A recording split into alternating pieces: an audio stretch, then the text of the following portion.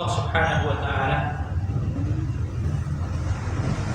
Kalau kita lihat apa yang ada di depan masjid ini, lalu lalang orang berkendara. Setiap yang berkendara ini memiliki macam-macam agenda. Ada yang mau berbelanja, ada yang pulang dari kerja, macam-macam tujuan mereka. Tapi kalau kita mau tilik lebih dalam lagi, mereka memiliki agenda yang beragam, namun agenda mereka ini bermuara pada satu hal. Setiap dari mereka mencari yang namanya kebahagiaan. Orang yang pulang kerja, apa yang berangkat kerja dan pulang kerja niku cuma nyari keselimawat, dan saya rasa, dia nyari maisha. Maisha itu apa? Biar nyenengin keluarga, ya, dicukupkan kebutuhannya, dicukupkan hal-hal yang diinginkan, dia senang. Setiap manusia insya Allah dengan agendanya masing-masing, niku mencari apa yang membuat tentrem hati, ada yang membuat bahagia hati. Yang jadi masalah Bapak sekalian, seringkali orang itu salah dalam anggapan atau menilai apa itu kebahagiaan. Banyak orang menganggap kebahagiaan kebanyakan insya Allah. Kebahagiaan itu ketika melihat kita punya kerjaan, bayarannya besar, kita naik kendaraan mewah, di rumah tinggal ongkang-ungkung, nyantai-nyantai, sudah. Itu namanya kebahagiaan. Di Ramadan rata-rata kalau kita katakan mau kayak gitu enggak? Mau semua. Semuanya beranggapan yang seperti ini kebahagiaan. Sekarang pertanyaannya, apakah benar Bapak sekalian? Kalau yang seperti itu benar-benar bahagia? Saya rasa jawabannya tidak. Kita menganggap kok tidak Ustaz. Mungkin jenengan aja yang belum merasa kayak gitu, makanya nggak merasa bahagia. Sampai itu terwujud, belum tentu dia akan bahagia. Kenapa Bapak sekalian? Karena tabiat manusia itu kalau menginginkan sesuatu Bapak sekalian, bahagianya itu cuma sebentar. Jenengan tadi punya impian, ngoten nih, saya punya impian, punya kerjaan, bayaran sebulannya 10 juta. Insya Allah saya akan bersyukur. Insya Allah saya bersyukur. Soalnya nanti saya di rumah tinggal ungkang-ungkung, makan tidur. Ayo setiap bulan masuk 10 juta. Dijawab sama Allah misalkan, jenengan pasti rasa bahagianya cuma sebentar. Saat itu toh ketika ketika kok apa yang jenengan harapkan itu diwujudkan. Dan setelahnya biasa. Setelahnya jenengan pasti kok aku pengen ya kayak kurang 10 juta. 10 juta kayak kurang. Aku pengen 20 juta. Dikasih 20 juta, yakin insya Allah bakal minta nanti tadi 30 juta. Tidak selesai. Artinya ini bahagia apa tuh? Bahagia. Semua yang diangan-angankan manusia tadi terkait dengan gemerlap dunia, ini kebahagiaan semua. Yakin? Ini kebahagiaan semua. Tak ubahnya seperti orang yang lagi lapar, lapar. Aku pengen makan ini. Sudah dihadapkan makanan macam-macam, saya yakin tidak semuanya dimakan. Orang lagi kelaparan ini Bapak sekalian, jenengan hidangkan depan matanya niku, ini ada lele goreng, ini ayam goreng, ini bebek goreng, ini ada 5 macam. Saya yakin niku semuanya tidak dimakan. Padahal tadi ini makanan lauk banyak, habis gitu. Niku jenengan kasih cuma 2-3 entong, nyaman. Habis itu mau makan nggak sisanya? Nih pula ibaratnya kehidupan kebahagiaan itu. Lalu pertanyaan sekarang, kebahagiaan yang hakiki ini beripun? Kalau ternyata dunia ini isinya tipu daya kayak tadi, berusaha, terus kebahagiaan yang hakiki? Jawabannya ada pada firman Allah Subhanahu wa taala. Allah Subhanahu wa taala berfirman, "Man 'amila shalihan min zakarin aw unsa wa huwa mu'min falanuhyiyannahu hayatan thayyibah." Ini Bapak sekalian, jawabannya ada di ayat ini, surat An-Nahl ayat 97. Man 'amila shalihan, barang siapa yang beramal saleh. Tidak sekedar beramal saleh Bapak sekalian, karena kalau sekedar beramal saleh, kata beramal saleh. Saat ini kata orang yang sedekah macam-macam. Tapi ternyata syarat ini tidak ada. Wa huwa mu'min, dia benar-benar beriman kepada Allah Subhanahu wa taala. Ikhlas untuk Allah Subhanahu wa taala. Ini yang susah. Man 'amila shalihan min dzakarin aw unsa wa huwa mu'min. Jadi Allah, kalau ada keimanan dalam hati kita dan kita berusaha beramal saleh, ini jadi. Fala nuhyiyannahu hayatan thayyibah. Kita akan berikan kehidupan yang baik. Kehidupan baik-baik ini berupa kehidupan yang baik menurut Allah Subhanahu wa taala. Diberikan ketenangan dalam hatinya, diberikan rasa syukur dalam hatinya, diberikan ketabahan dalam hatinya. Niku hakikat kebahagiaan. Coba orang tadi niku yang saya gambarkan tadi, kalau dia memiliki rasa iman kepada Allah Subhanahu wa taala, ini gaji 10 juta karunia Allah Subhanahu wa taala. Syukur saya mensyukuri ini nikmat yang luar biasa. Ini kenikmatan yang luar biasa. Dia benar-benar tulus bersyukur kepada Allah Subhanahu wa taala, menggunakan nikmat yang 10 juta tadi untuk hal-hal yang bermanfaat. Kira-kira tenang buatan hati. Tapi dikasih 10 juta tadi, hanya mengikuti syahwat nafsunya, tidak akan ada habisnya.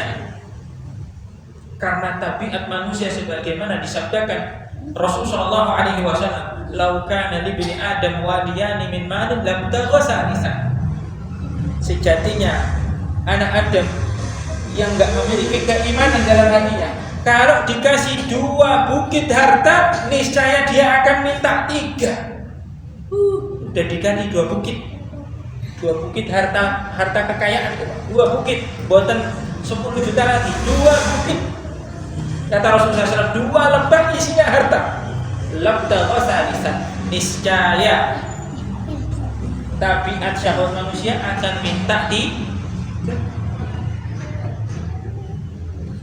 Makanya ini Bapak sekalian, ini sambil rajin guyam ini. Orang laki-laki itu kalau sudah berani poligami 2, pasti niku jebol 3. Pasti niku jebol 3, 4. Karena aku insya Allah dibantu, tidak mungkin.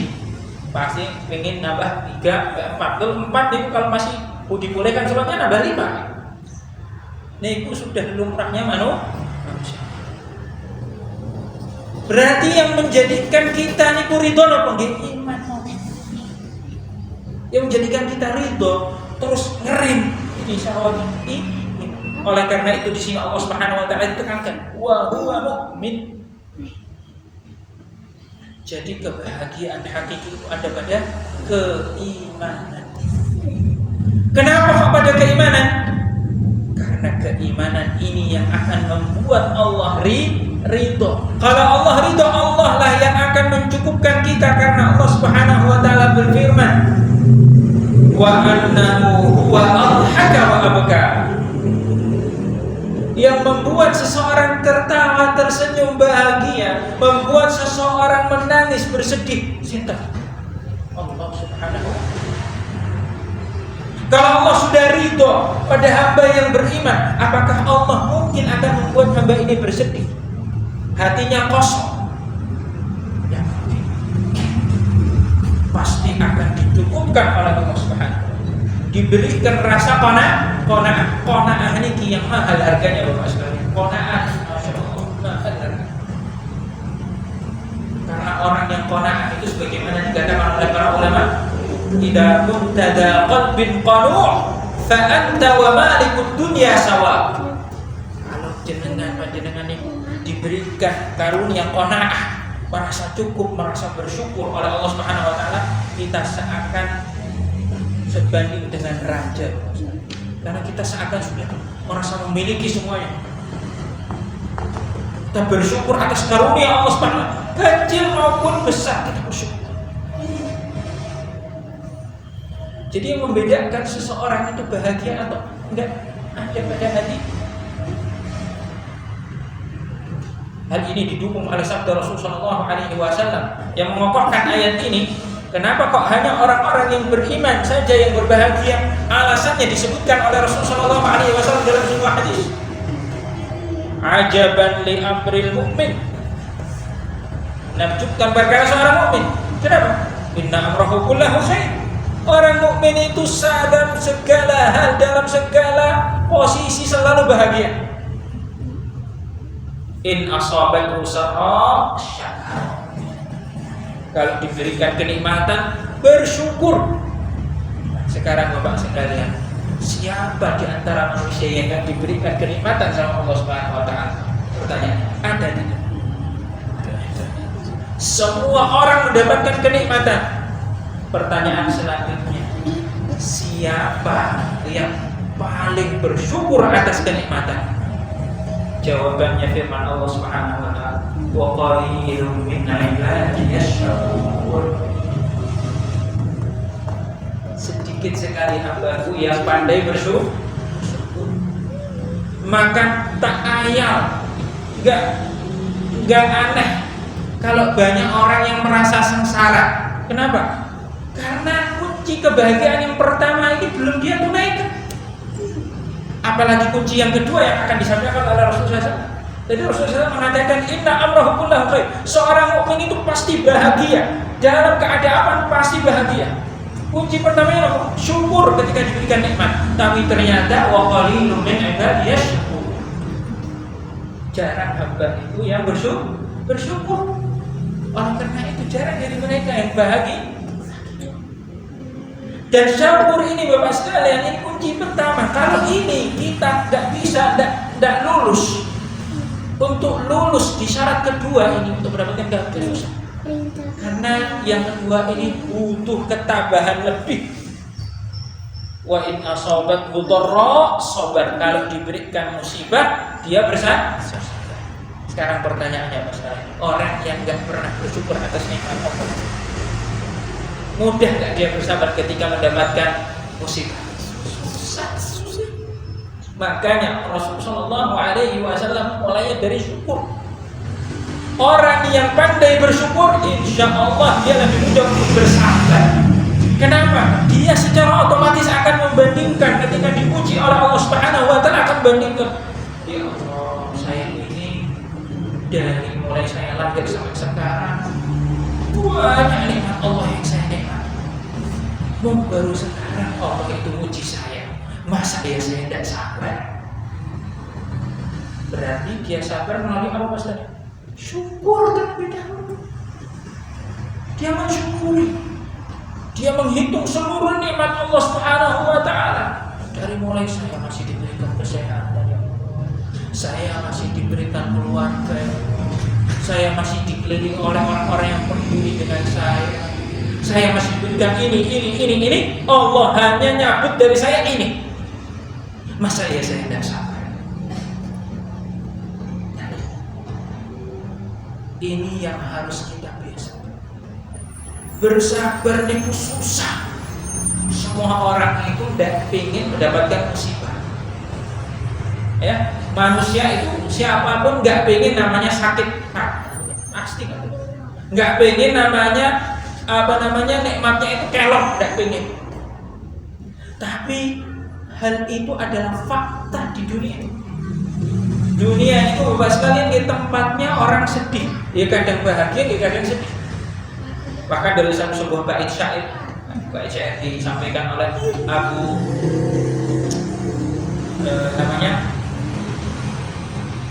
Ar-Randi ya, salah satu penyair dari negeri Andalusia. Sekarang kita kenal dengan negeri Spanyol. Dia mengatakan dalam bait syairnya, dan ini adalah fakta yang kita hadapi. Dia mengatakan man sarrahu zamanun sa'athu asma. Ini fakta dunia. Orang yang bahagia di dunia ini setelahnya akan mendapati banyak kesedihan. Memang fakta dunia ini sekalian. Kalau kita mau mau banding-bandingkan rasa nggak enaknya dengan rasa enaknya, banyak rasa nggak enaknya, banyak rasa nggak enak. Hanya orang-orang yang pandai bersyukur tadi yang bisa menyulap kesengsaraan, kepedihan yang dia hadapi menjadi sebuah amal saleh berupa sabar dan syukur.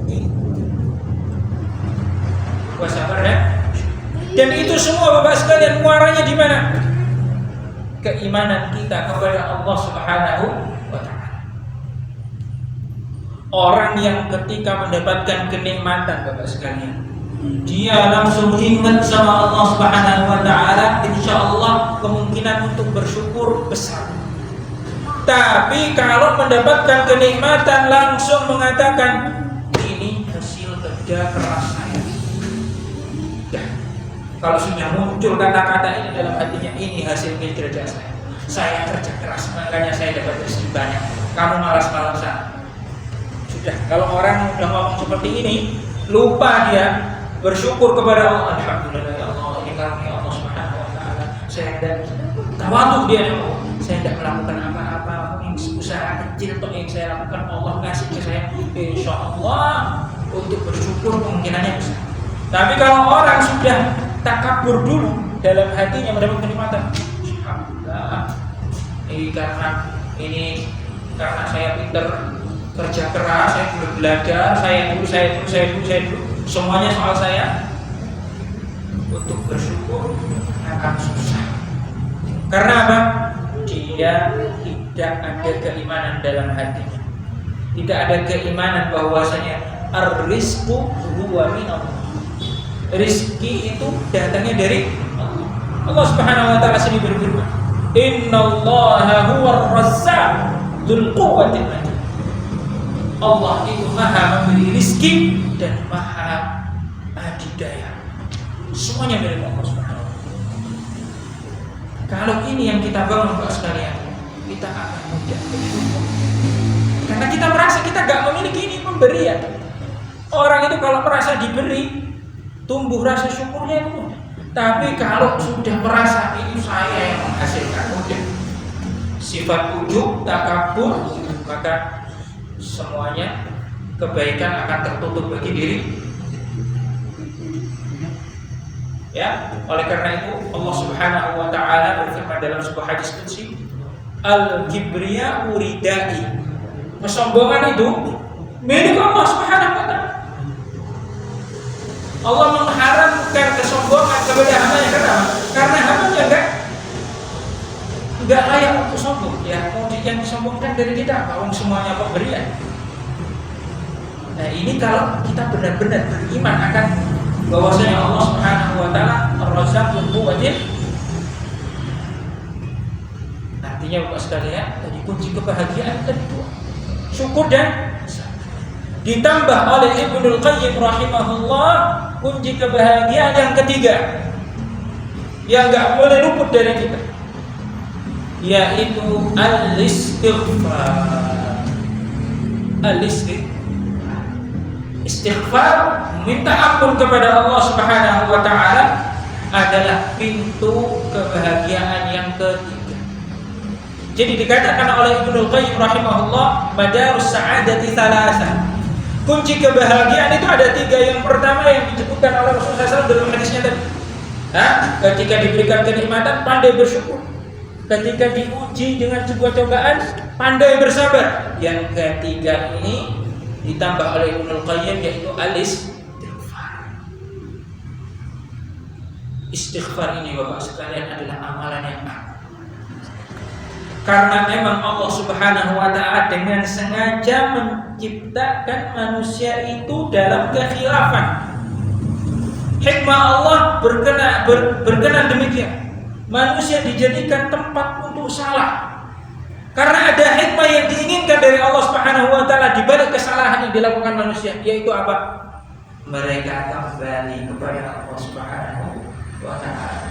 sehingga terjalin ikatan antara seorang hamba dengan Rabb, melalui doa dia, istighfar dia, mohon ampun dia.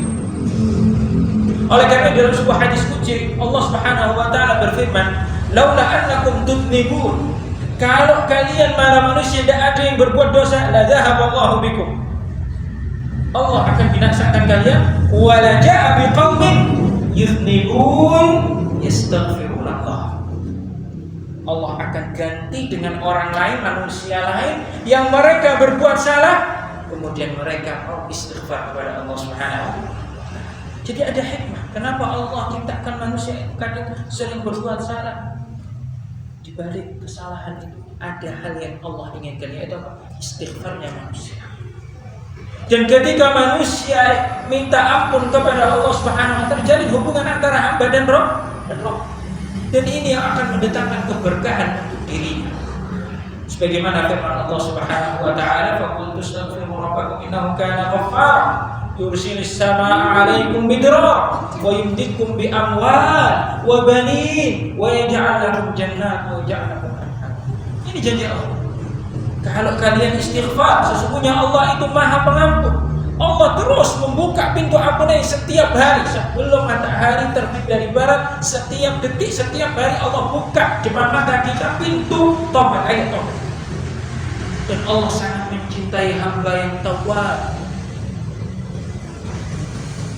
Di antara bukti bahwasanya Allah Subhanahu wa taala cinta kepada hamba-hamba yang tawwab, yang sering beristighfar, yang sering minta ampun, bahwasanya Allah Subhanahu wa taala memanggil mereka dengan sebutan keimanan.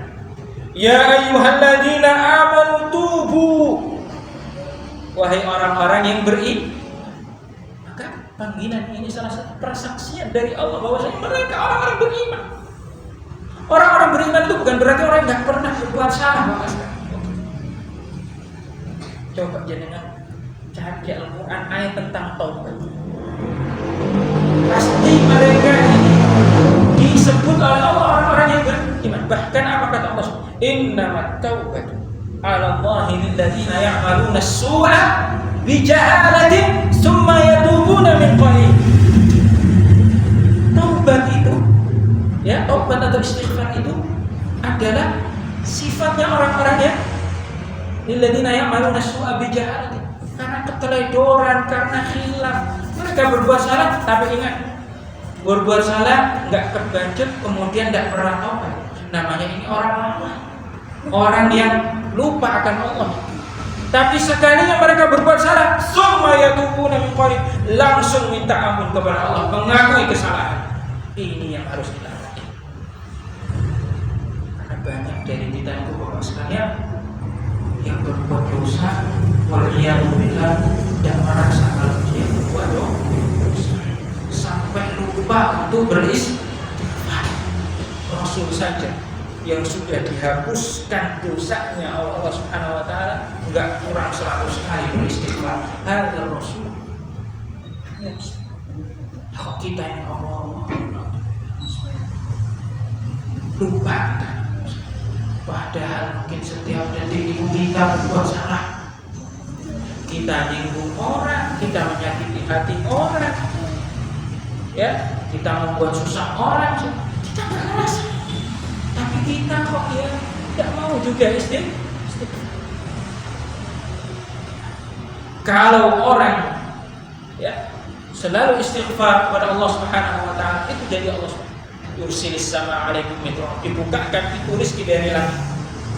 Wa yumditkum bi amwalin wa banin, diberikan anak-anak yang saleh, diberikan harta yang berkah. Wa ja'al lakum jannat wa ja'al lakum anhar, dijadikan tempat tinggalnya ini makmur. Oke? Diakan tempat tinggalnya itu makmur. Kuncinya apa? Istighfar. Gak akan sengsara orang yang lazamal istighfar. Ya. Dalam ayat yang lain Allah Subhanahu wa taala memanggil orang-orang mukmin yang berbuat salah. Qul ya ibadiyalladzina asrafu ala anfusihim la taqnatu min rahmatillah, innallaha yaghfiru dzunuba jami'a, innahu huwal ghafurur rahim. Katakan wahai Muhammad kepada umatmu, orang-orang yang asrafu ala anfusihim, telah melampaui batas diri mereka, mendolimi diri mereka dengan perbuatan buruk mereka, la taqnatu min rahmatillah, jangan pernah putus harapan dari Allah. Kenapa? Innallaha yaghfiru dzunuba jami'a, Allah akan mengampuni segala dosa kita. Sebesar apapun dosa kita, Allah akan ampuni. Karena Allah, innallaha huwal ghaffar, innallaha huwal ghafurur rahim. Innahu huwal ghafurur rahim. Karena Allah Subhanahu wa taala zat yang Maha Mengampun lagi penuh kasih sayang. Allah enggak mungkin tidak menerima taubat seorang hamba yang bertobat kepada Allah. Tidak seperti kita. Kalau kita itu Bapak sekalian, sekalinya kita benci sama orang itu, kadang susah kita maafkan. Kadang kita susah. Padahal Allah Subhanahu wa taala ingin fa'fu wasfahu ala tuhibbuna yaghfirallahu lakum.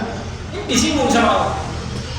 Fa'fu maafkan saudara-saudara kalian, ala tuhibbuna yaghfirallahu. Tidakkah kalian ingin Allah mengampuni dosa kalian? Ini singgungan dari Allah, karena Allah tahu manusia itu susah memaafkan. Tapi Allah tidak demikian. Bahkan dalam sebuah hadis qudsi yang mungkin sering Bapak baca, sering Bapak dengar, ya bani Adam, law balaghat dhunubuka 'anana as-sama' summa astaghfartani ghafartu laka wa la ubah. Law balaghat dhunubuka 'anana as-sama', kata Allah Subhanahu, kalau dosa-dosa kalian ini sampai menjulang ke atas langit, saking banyaknya sampai menjulang ke atas langit, ghafartu laka wa la, aku akan sumastaghfarti, kemudian engkau meminta ampun kepadaku atas dosa-dosa yang menjulang tadi, engkau minta ya Allah, Allahumma ighfir, ghafartu laka wa la, aku akan hapuskan seluruhnya, sebanyak aku dosa aku akan hapus. Ini menunjukkan rahmat Allah yang luar biasa. Jadi itu jamaah Allah Subhanahu wa taala. Kebahagiaan itu kuncinya ada pada hati manusia, keimanan dalam diri manusia. Man 'amila shalihan min dzakarin aw untha wa huwa mu'min falanuhyiyannahu hayatan thayyibah. Ya, syaratnya tadi dia terus beramal saleh dan menjaga keimanan, keikhlasan dalam diri. Ya, di antara cara ya agar seorang tadi bisa mendapatkan beramal saleh dan menjadi orang yang benar-benar beriman kepada Allah Subhanahu wa taala, ada tadi berlatih untuk syukur, sabar, dan lazamal istighfar.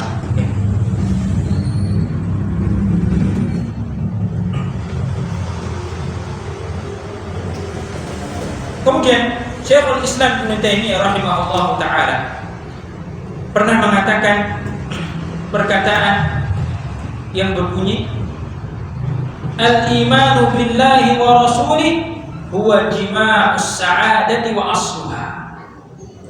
Ibnu Taimiyah mengatakan bahwasanya keimanan kepada Allah, keimanan kepada Rasulullah SAW adalah kunci kebahagiaan.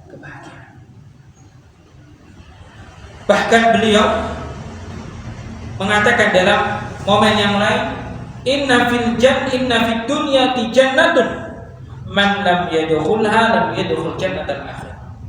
Di dunia itu ada surga, kata Ibnu Taimiyah. Orang yang enggak pernah merasakan surga dunia ini enggak bakal masuk surga akhirat. Apa yang dimaksud surga dunia? Ladzatul iman. Yang maksud surga dunia ini adalah lezatnya keimanan. Lezatnya keimanan itu gimana Bapak sekalian? Dia bersyukur, dia khusyuk salatnya, dia merasa tenang ketika berzikir, dia merasa tenang ketika salat, dia menyerahkan segalanya kepada Allah, tawakal. Ini orang yang benar-benar merasakan lezatnya keimanan. terkait tentang tawakal ini bos sekalian. Tawakal ini bos sekalian seringkali dilupakan oleh orang. Kenapa seorang itu susah tawakal? Sama. Masalah kenapa orang susah tawakal itu sama seperti orang itu susah bersyukur. Karena seorang selalu bergantung pada dirinya atau orang lain. Bapak sekalian, kalau jenengan sering membiasakan bergantung pada diri kali jenengan sama bergantung mengharapkan orang lain, bisa dipastikan jenengan akan selalu sedih, selalu kecewa. Karena jenengan itu bapak sekalian sama orang lain tidak memiliki apa-apa. Pasti ada kemungkinan apa yang jenengan harapkan tidak terjadi. Ini fakta. Tapi ketika jenengan serahkan semuanya sama Allah Subhanahu wa taala, pasrahkan semuanya sama Allah, berkeyakinan kalau Allah takdirkan itu baik, kalau Allah nggak takdirkan berarti kebaikan urusan. Tetap aja. Kuncinya nih, kita selalu berharap. Orang ngelamar kerja sudah pakai jalur orang dalam artian, saya punya teman, insya Allah saya diterima. Saya punya teman orang pabrik sini, insya Allah ini yang saya bawa atau saya insya Allah diterima karena itu teman saya yang atas. Tidak digantungkan sama Allah, digantungkan sama teman. Apa yang sering terjadi Pak sekarang? Jebule di temennya tidak bisa bantu. Akhirnya kecewa tadi. Kecewa sama teman. Kok kamu gini toh sama temanmu sendiri? Kok tega-teganya tidak mau nolong saya? Sudah sama teman. Kecewa. Coba dari awal dia itu menggantungkan segala semua. Bismillah. Saya tak coba daftar, saya tak berusaha. Kalau saya punya link, saya berusaha. Barangkali orang ini bisa bantu saya. Tapi saya siap segalanya saya gantungkan sama Allah. Ini cuma usaha saya. Kalau Allah takdirkan itu baik untuk saya. Kalau Allah tak takdirkan berarti nggak baik untuk saya. Tentang boten. Tentang dia sudah siap dari awal. Ketika apa terjadi, alhamdulillah. Berarti memang bukan bisnis. Tapi kalau dari awal sudah berharap sama manusia, mesti yang terjadi adalah rasa kecewa, permusuhan, suudzon. Suudzon itu bukan sekalian rusak hati, tidak tentrem jadi. Suudzon itu bikin sesuatu nggak tentrem.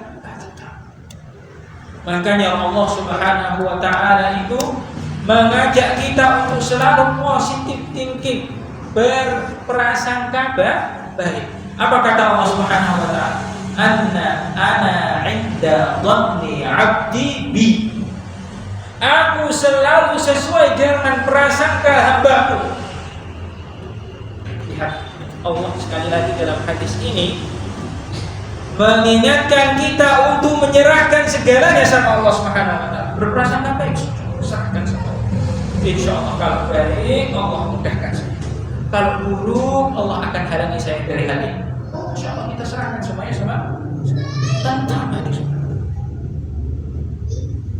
Pikiran seorang itu jauh sama Allah, menyerahkan segalanya pada dirinya, pada orang lain, Allah tinggalkan. Dan ini rasa ini salah satu bentuk syirik. Kalau kita menggantungkan sesuatu kepada selain Allah Subhanahu wa taala, minimal itu syirik kecil. Oleh karena itu Allah Subhanahu wa taala mengatakan ana aghna syuraka, yakni syirk man asyraka ma'a fi ghairi taradduhu wa syirkah. Kata Allah Subhanahu wa taala, aku tidak butuh orang-orang yang menyekutukanku. Man asyraka ma'a fi ghairi taradduhu wa syirkah. Orang yang menyekutukanku pada suatu hal, aku akan tinggalkan. Urusan saya.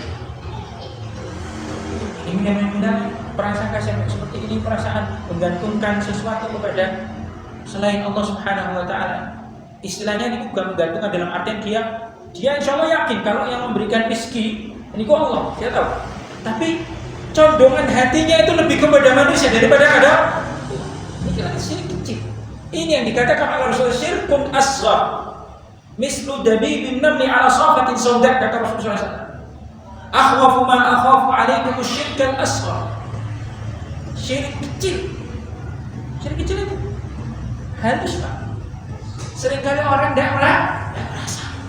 Padahal ternyata dalam hatinya itu dia lebih menggantungkan hati ini kepada Ini perlu kita wajib. Itulah kenapa kita itu disuruh untuk selalu terikat sama Allah SWT dalam segala, baik yang kecil maupun yang besar. Kita diperintahkan oleh Rasulullah SAW melalui banyak zikir-zikir agar apa? Kita selalu terikat sama Allah SWT. Bahkan Rasulullah SAW dalam sebuah hadis, sebutkan dalam buku ini, dalam sebuah hadis Rasulullah SAW bersabda,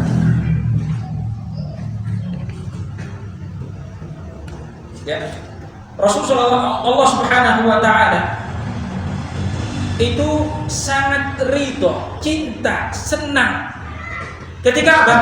Ketika mendengar seorang hamba yang setelah dia makan maupun minum dia mengucapkan alhamdulillah. Rasulullah SAW bersabda, innallaha la yarda 'anil 'abdi an ya'kula al-akalata fayahmaduhu 'alaiha aw yashrabu syurbata fayahmaduhu 'alaiha. Allah itu ridho, Allah itu cinta pada seorang hamba yang apa? Kalau dia habis makan itu Bapak sekalian, dia mengucapkan alhamdulillah. Habis minum dia mengucapkan alhamdulillah. Itu luar biasa Allah itu. Oleh karena itu di antara kebiasaan Rasulullah SAW sebelum tidur, sudah lupa dari zikir. Zikir apa? Zikir mengucapkan lafaz syukur kepada Allah Subhanahu wa taala. Di antara yang disunahkan oleh Rasulullah SAW, seorang yang sebelum tidur, sekalian, kita ketahui setiap harinya dari kita awal bangun sampai kita mau tidur, niku isinya kenikmatan. Niku isinya kenikmatan, tidak mungkin kita luput dari kenikmatan Allah. Setiap hari kita bergelimang dengan kenikmatan Allah. Oleh karena itu yang disunahkan oleh Rasulullah SAW, hendaknya seorang sebelum tidur, dan tidur niki kan akhul maut, sekalian ya. Tidur niki kan nama istilahnya temannya kematian. Kalau Allah berkehendak, niku nyawanya dikembalikan sudah, jenengan bebas. Ya, kalau Allah berkehendak, nyawanya dikembalikan jenengan bebas. Oleh karena itu di antara sunnah Rasulullah SAW, dahulu Rasulullah sebelum tidur, di antara sunnah Rasulullah SAW, kalau beliau mau tidur itu kan meletakkan pipi kanannya niki di telapak kanannya. Nah, ketika beliau meletakkan tangan kanannya di pipi bagian kanan ini, berarti tidurnya Rasulullah SAW kan bukan ngeten iki, tapi ini dari kesan samping kanan ya. Beliau mengucapkan zikir ini. Alhamdulillahilladzi at'amana. Segala puji bagi Allah yang telah memberikan saya makan. Setiap hari kita makan. Wa saqana. Segala puji bagi Allah yang memberikan saya minum. Wa kafana. Segala puji bagi Allah yang mencukupi segala bentuk kebutuhan saya. Wa awana. Segala puji bagi Allah yang memberikan saya tempat tinggal. Seburuk apapun tempat tinggal, kita singgah, kita tidur. Ini nikmat dari Allah SWT. Karena banyak orang yang tidak memiliki tempat tinggal. Insya Allah di sini semuanya, walaupun rumahnya ngontrak ataupun insya Allah punya tempat tinggal yang dia bisa tidur angler. Ini nikmat luar biasa. Jangan bayangkan orang-orang sana, orang Palestina sakit angler. Kita ini sekarang orang Indonesia ini mendapatkan sebuah anugerah yang luar biasa. Anugerah apa? Keamanan. Sengsara-sengsaranya kita Bapak sekalian, kita itu sakit tidur angler. Ada orang yang tidak bisa tidur. Makanya rasa syukur ini dilafalkan oleh Rasulullah SAW. Alhamdulillah, segala puji bagi Allah. At'amana yang telah berikan saya makan, wa saqana yang berikan saya minum, wa kafana yang mencukupkan rizki untuk saya, wa awana yang memberikan saya tempat tinggal. Apa kata Rasulullah SAW di akhir? Fakam mimman la kafiya lahu wa la mu'min. Kata betapa banyak orang yang tidak dicukupkan rizkinya, betapa banyak orang yang tidak diberikan tempat tinggal. Pak nih. Ini doa yang harus selalu kita ulang. Kalau kita kok luput istighfar Bapak sekalian, lupa untuk zikir. Minimalnya zikir niki sebelum tidur jangan sampai kita lupa. Oke, baik, kita cukupkan ada dulu nih, ya dulu baru bisa kita kembali teruskan sedikit.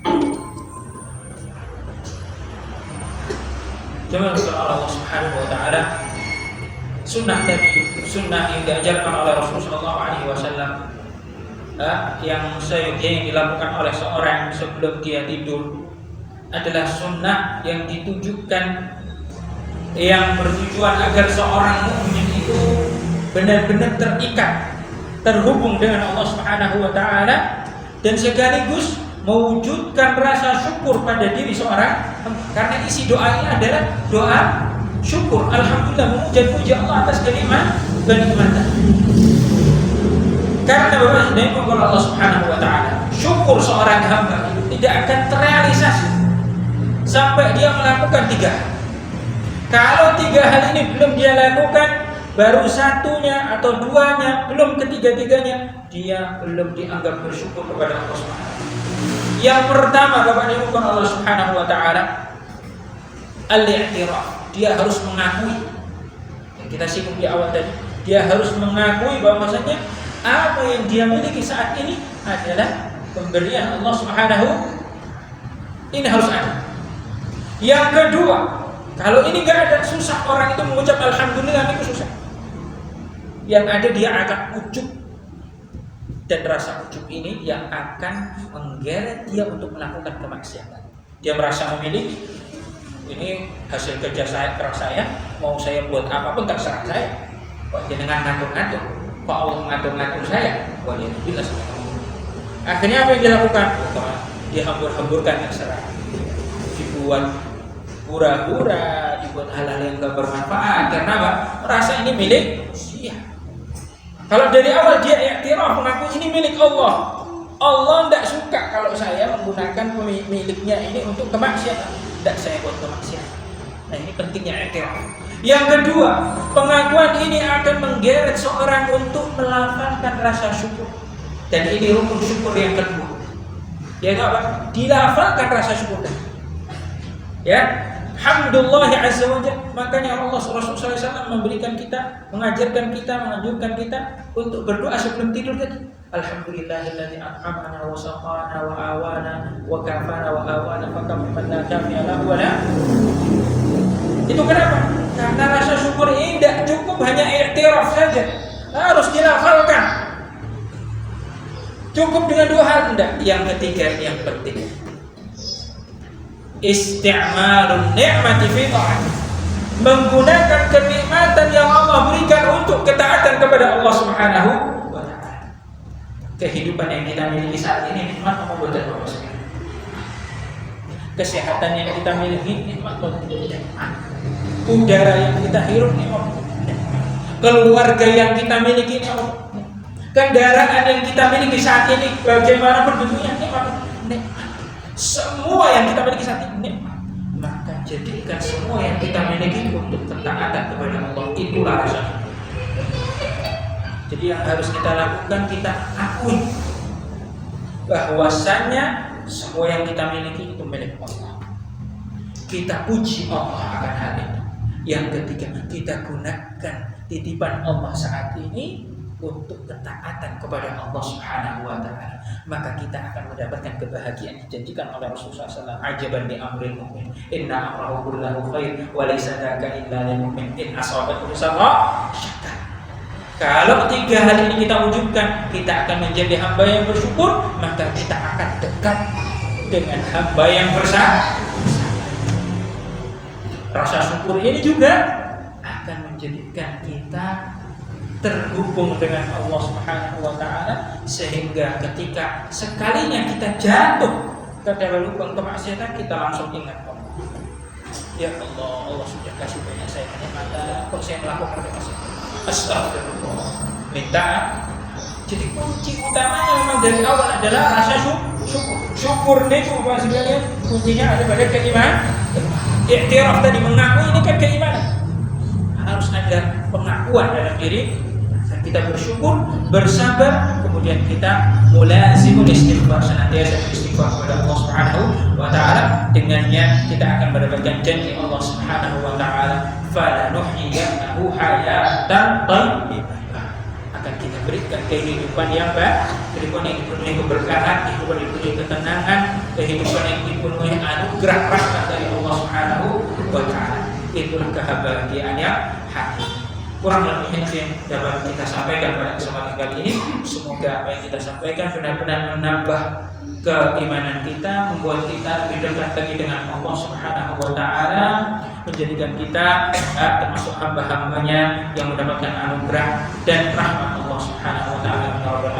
Subhanallahumma wa bihamdika, asyhadu an la ilaha illa anta, astaghfiruka wa atubu ilaik. Wassalamualaikum warahmatullahi wabarakatuh. Waalaikumsalam warahmatullahi wabarakatuh.